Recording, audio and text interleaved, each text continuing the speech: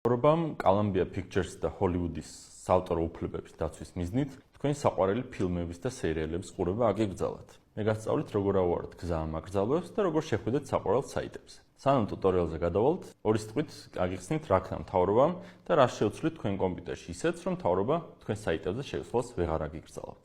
როდესაც თქვენ კომპიუტერზე Google Chrome-ს ხსნით და საიტის მისამართს წერთ, თქვენმა კომპიუტერმა არ იცის სად შევიდეს და საიდან მოითხოვს ინფორმაცია. ამის გასარკვევად თქვენი კომპიუტერი უკავშირდება ინტერნეტში არსებულ მისამართების ცნობარებს, ეგრეთ წოდებულს, რომელსაც domain name სერვერები ქვია, შემოკლებით DNS-ები და იქიდან იგებს თუ საიდან წამოიღოს ინფორმაცია თქვენ ეკრანზე გასათავსებლად. სწორედ ამ ცნობარებში, ამ სერვერებზე წერია, თუ სადან ეძებოს თქვენმა კომპიუტერმა iMovie ან სხვა საიტი. და ეს ცნობარები ძალიან სხვადასხვანაირი და ბევრია. თუ თქვენ სახლში მაგთის ან სილკნეტის ინტერნეტი გაქვთ, თქვენი კომპიუტერი მაგთის ან სილკნეტის საცნობარო სერვერზე ეძებს საიტების მისამართებს.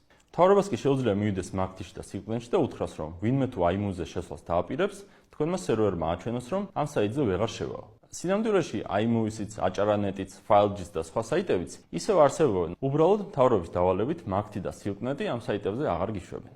ამ სიტუაციიდან გამოსავალი სინამდვილეში ძალიან მარტივია. თქვენ კომპიუტერს უნდა უთხრათ, რომ როდესაც რაიმე საიტს მოსთხოვთ, რაიმე საიტზე შესვლას დააპირებთ, მან ამ საიტის რეალური მისამართი მაგთის და სილკნეტს კი არა, მაგალითად Google-ს ან Cloudflare-ს კითხოს. ამ მისამართების ცნობარებს სულ ცალფეხზე კიდიათ აქაური მთავრობა და სიამოვნებით შეგიშვებენ თქვენთვის საინტერესო საიტზე. თუ ერთხელ შეცვლით თქვენ კომპიუტერში DNS-ის მისამართებს, მთავრობა საიტებს ვეღარ დაგიბლოკავთ.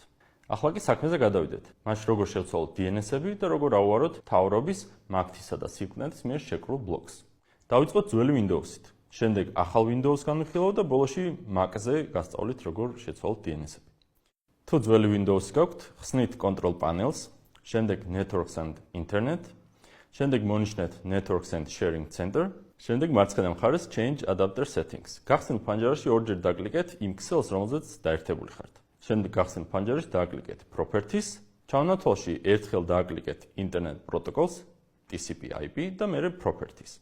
გახსნილ ფანჯარაში მონიშნეთ Use following DNS server addresses. DNS-ების ჩასაწერველში კი ჩაწერეთ 8.8.8.8, ხოლო მეორეში 8.8.4.4. დააჭირეთ OK-ს. სულ ეს იყო.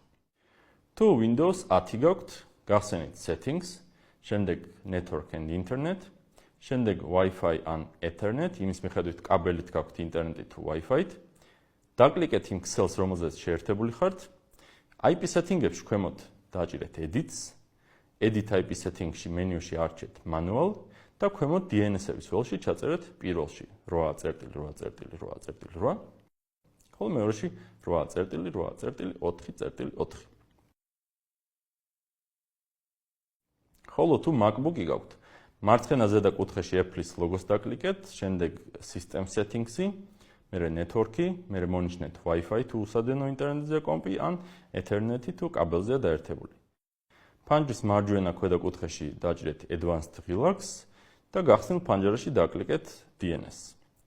ფანჯრის მარჯვენა ქვედა კუთხეში პლუს ნიშანს დააკლიკეთ და ჩაწერეთ DNS-ის მისამართები. იგივე 8.8.8.8 ერთ ხაზზე და მეორეზე 8.8.4.4. და შემდეგ Apply. სულ ესაა, თუ ერთხელ შეცვლით DNS მისამართებს, თქვენი კომპიუტერი აღარასდროს კითხავს აქაურ ინტერნეტ მომწოდებლებს, თუ რომელ საიტზე შევიდეს ან არ შევიდეს და თქვენი ინტერნეტისა და ინფორმაციის თავისუფლება მუდმივად დაცული იქნება.